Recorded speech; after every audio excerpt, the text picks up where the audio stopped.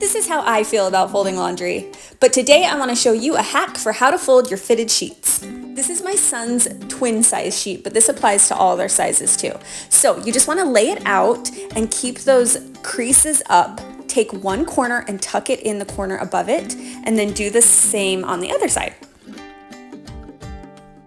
Straighten it out the best that you can and try to make it almost like a little square so that we can have some clean corners. Okay, here comes the satisfying part. Fold your sheet into thirds, one over the other, and always try to be really neat when you're folding. And then just roll from one side to the other, tightening as you go. If you want it to be extra snug, you can take one side and tuck it into the opening on the other side, and it will be like a little pocket.